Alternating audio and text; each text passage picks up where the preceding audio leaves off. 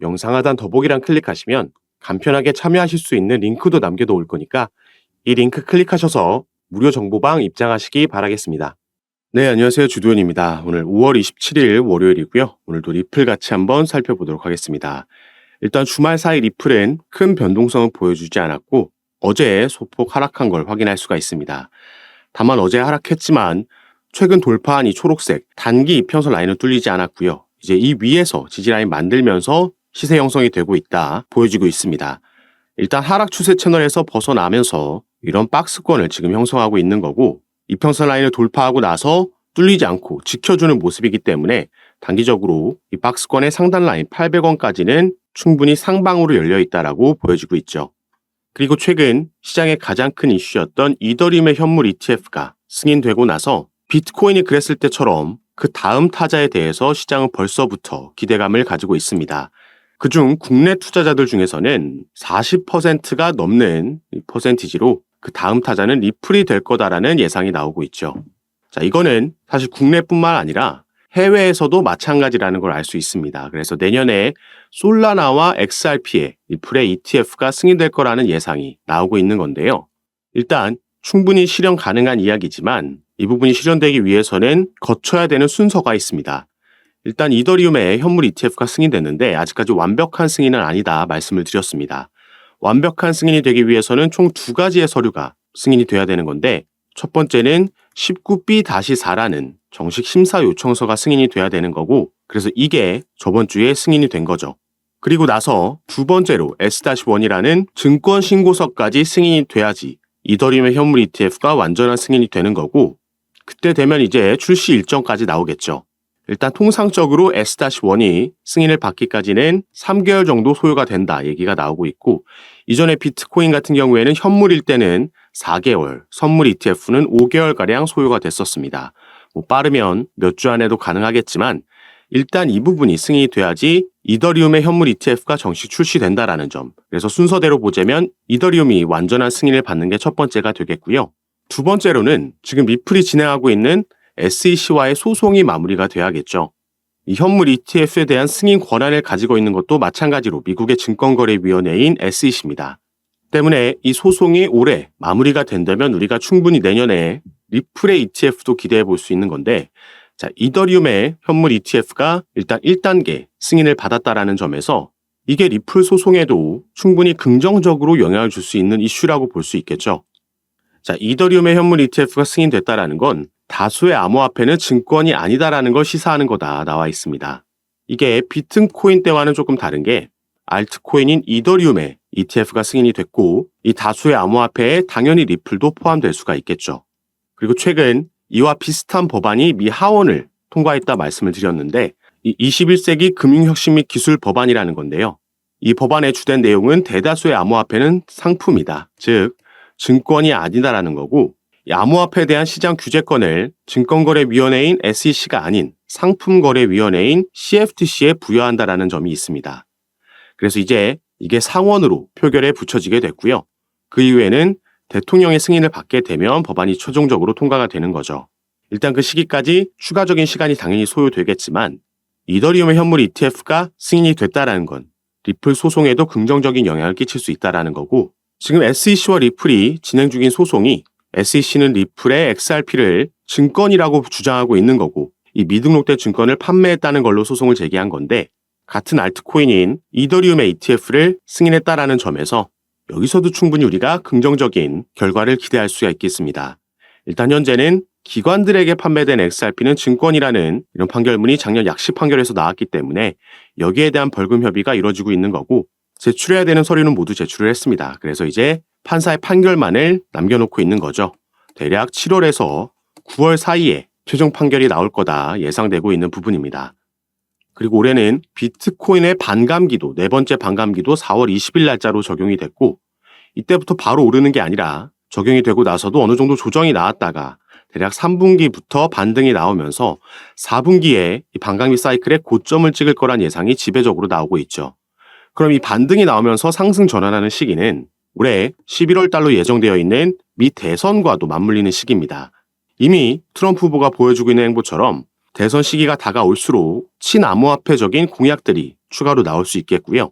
이런 것들이 시너지를 발휘하게 된다면 리플도 이 판결 결과에 따라서 시장을 주도할 수 있는 상승력도 기대해 볼 수가 있겠죠. 그리고 여기에 추가로 리플은 올해 기대되고 있는 개별적인 이슈가 또 한 가지가 있습니다.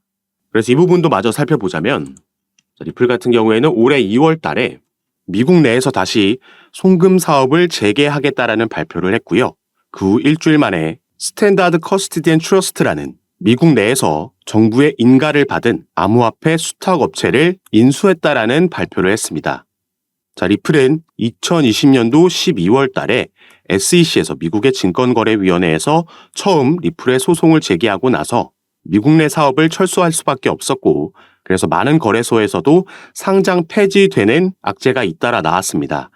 이 이후부터는 리플의 대부분의 수익은 미국 외에서 발생을 했었고, 그래서 비교적 최근까지도 리플이 본사를 유럽이나 두바이 쪽으로 옮길 수도 있다.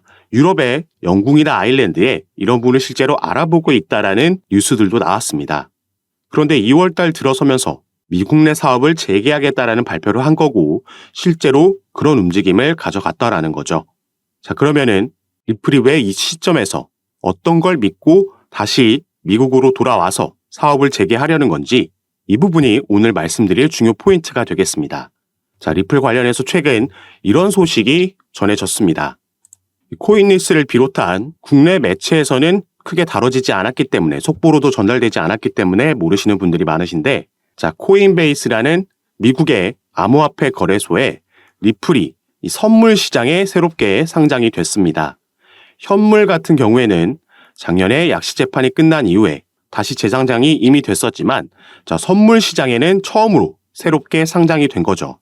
자, 여기서 리플과 코인베이스의 관계를 간략하게 말씀드리자면, 자, 미국에는 이 디지털 커런시 그룹이라는 DCG가 있죠. 가장 유명한 암호화폐 벤처 캐피탈이라고 보시면 되겠고, 여기에 설립자이자 CEO 베리 실버트는 제2의 워린 버핏이라고 평가받는 이 암호화폐 업계에서 꽤 중요한 인물입니다. 자, 이 DCG에서 바로 방금 살펴본 코인베이스를 자회사로 소유하고 있고요. 또 이 DCG는 리플의 지분을 보유하고 있는 기업입니다.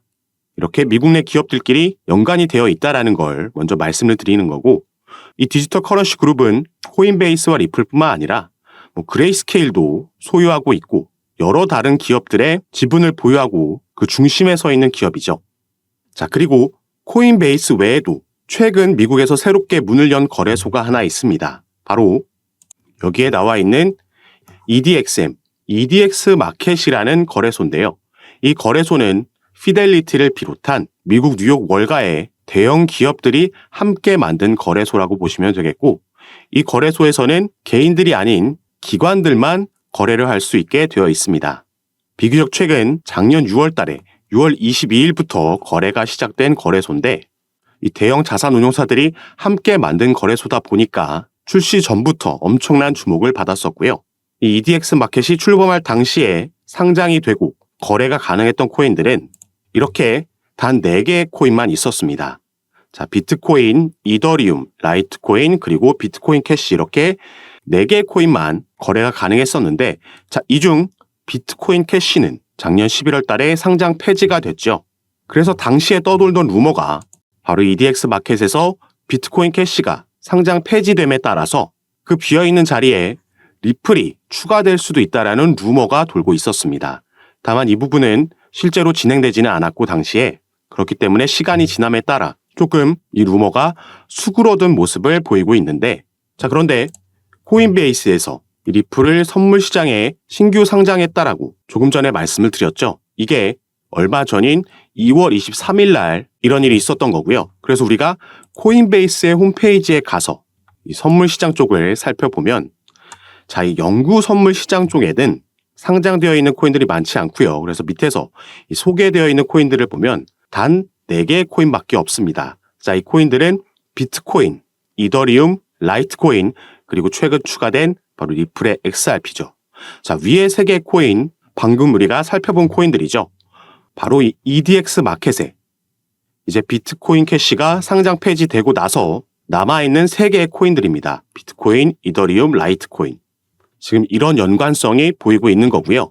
그리고 관련된 또 한 가지 기사를 보시면 자, SEC의 위원장 게리 갠슬러라는 인물이 이전에 이렇게 발언한 바가 있다라는 거죠. 이 게리 갠슬러 위원장은 SEC를 맡기 이전인 지난 2018년 MIT 교수로 재직하면서 비트코인과 이더리움, 라이트코인, 비트코인 캐시는 증권이 아니다라는 발언을 했다라는 겁니다. 이 4개의 코인들이 처음에 EDX 마켓에 상장이 돼 있었던 코인들이고요. 비트코인 캐시만 상장 폐지가 된 거죠. 그래서 아까 기사에 나와 있지 않던 우리가 추가로 기대해 볼 수 있는 리플의 상승 재료가 바로 이 EDX 마켓에 상장이 되겠습니다.